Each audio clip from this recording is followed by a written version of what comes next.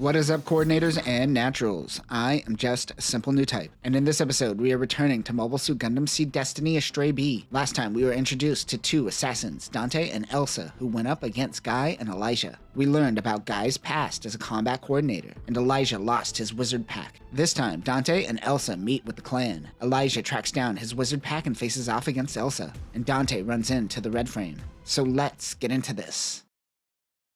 3 enemies move in and attack. They fire, and Elsa is able to dodge the attack. This was due to her combat coordinator skills. They then focus their attention on Dante. He is able to slice through one of the bullets with his sword. Elsa says, "Do I look cute?" Dante is confused. Are you supposed to look cute in this moment? They have to leave one alive for questioning. Elsa points to the closest one and decides to let him live. She then takes one of the guns from the assassins and kills the other 2. They have to get out of there and find a new place to eat. Hunger is their greatest enemy. Hunger? Really? Okay. South America. Elijah eventually got his Zaku warrior fixed and outfitted with an artillery wizard pack. He made it back to Serpentel, who are currently working out of South America as the government has just gained its independence. In Frame of Strays, it was called the United States of South America, so they will eventually all unite. Kazahana consoles Elijah for losing his custom wizard. The junk dealers who sold this tracked it to 12 different resellers, which means people desire it but resell it quickly. He decides to contact Kate, who is the one who made the wizard pack for Elijah. I did say it was Lo who made it last week. That is wrong. He feels bad for having to let Kate know he lost it. Dante is traversing the jungle of the Amazons in his Astray Noir. He is tracking Guy in the blue frame. He has lost Elsa and wonders if she is dealing with Elijah. He hears Guy's voice over the comms. Then he spots the blue frame with the tactical arms. This is actually way too big to be used in the jungle. This problem will be solved with the blue frame third, which Guy uses in Frame of Strays. Dante says, "Hey Guy." Guy says,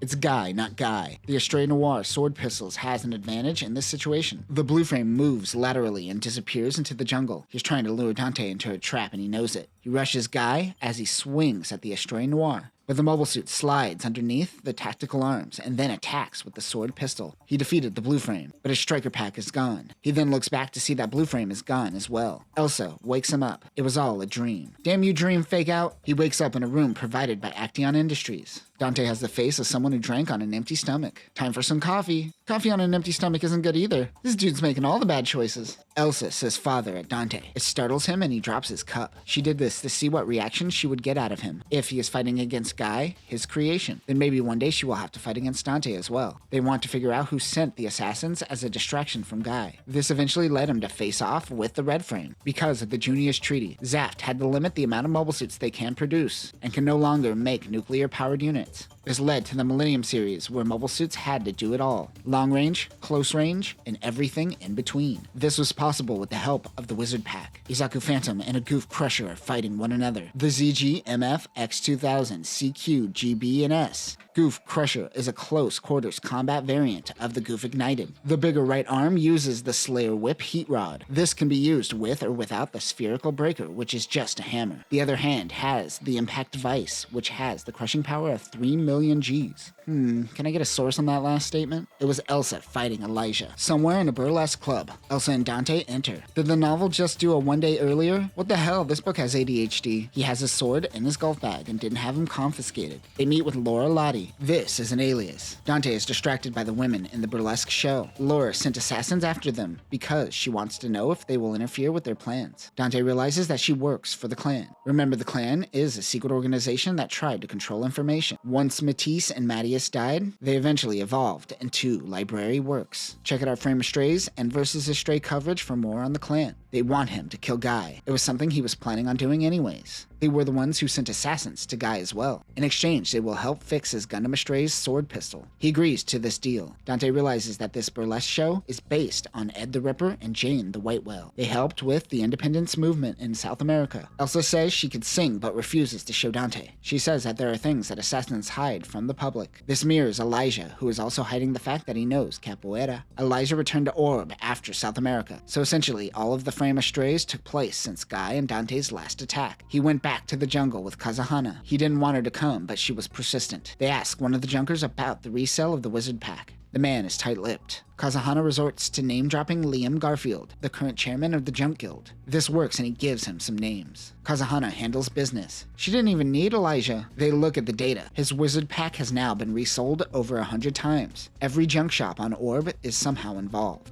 We turn back time again. We've been incepted with the one-day early trope. We're too deep in now, folks. Reed and Guy are in a room that is unsettling to them because it is all fake. It is an Alliance safe house disguised as a normal home, and it is off and feels weird because they are unused. They don't have permission to be here. Reed drinks like he always does. He is the most functioning alcoholic in all of the cosmic era. Reed's particular skill to the group lays in his informant skills. He can coax you into giving up information while smiling the whole time. Extortion and threats are something that he is good at as well. Guy tells Reed about the M1 Astrays that attacked him. Reed already knows that Dante and Elsa were attacked the same time that Guy was attacked, both by the clan. He also knows that Dante has already made contact with the clan. Even Guy doesn't know how Reed gets intel so quickly. Guy thinks that Dante is willing to infiltrate the clan in order to get a proper fight with them. Even though Dante is strong, even he can't take down the clan by himself. So it is just for the honor of the battle. Guy says it is important to him too. He leaves Reed to himself. We find out that Reed is actually behind Elijah losing his wizard pack. He wanted the clan to misjudge his abilities and think he isn't worth pursuing. He wonders if he went too far. An alarm goes off, which means enemies are approaching the shores of Orb. It is the Gulf Crusher. Elsa is piloting. He rushes and gets into his Zaku Phantom. Elijah's Gunner Wizard pack is long range and Elsa's loadout is short range, so he doesn't know what strategy to use, even though this isn't a standard Gunner Zaku warrior. Let's break it down. Luna Maria apparently piloted one in Destiny and we totally didn't break it down. The ZGMF 1000A1 Gunner Zaku warrior is a Zaku warrior equipped with the Gunner Wizard pack. This focuses on long-range artillery strikes.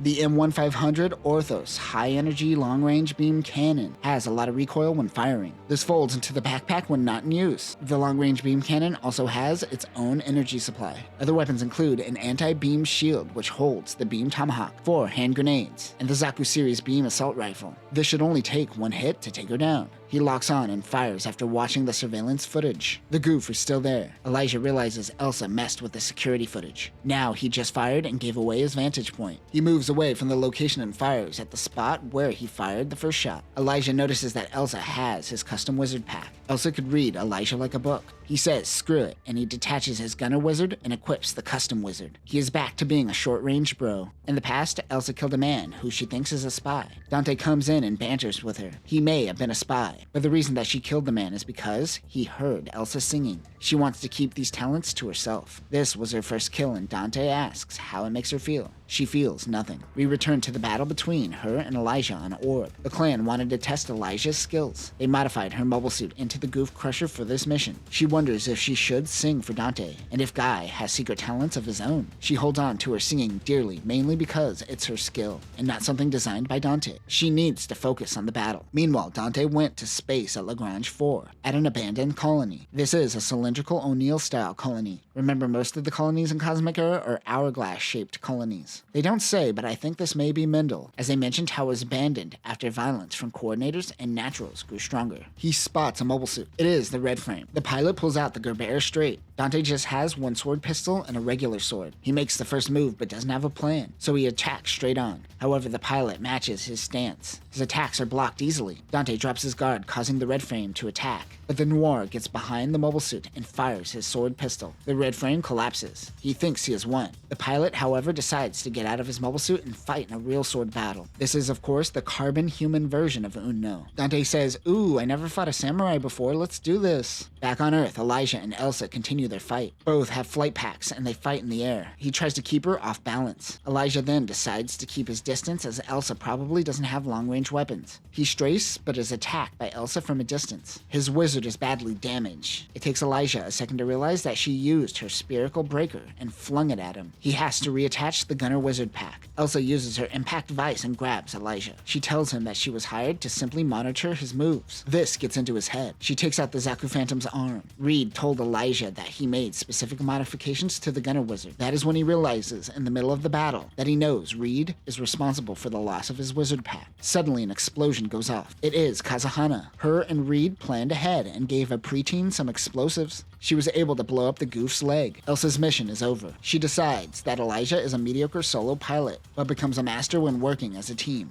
Elijah says, "So you want to go out sometime?" Elsa accepts his offer. She gets out of her mobile suit naked, making everyone feel awkward. And that will do it for this episode. Did you know that Elijah is a part of Serpentale? Well, I do, because this book reminds you of every event that happened before it, which is what you want out of a comic book, but it's so redundant in a novel. The poor writing is getting in the way of the story. Next time, Lily attacks the Ame no Mihashida. Mina makes a deal with Guy to allow him to use her hangar to upgrade his blue frame, and Elsa gets a haircut as she blossoms into a new person. But that will do it for now, new types. Remember to make sure you have a pair of backup clothes if you are nude in the cockpit. Peace.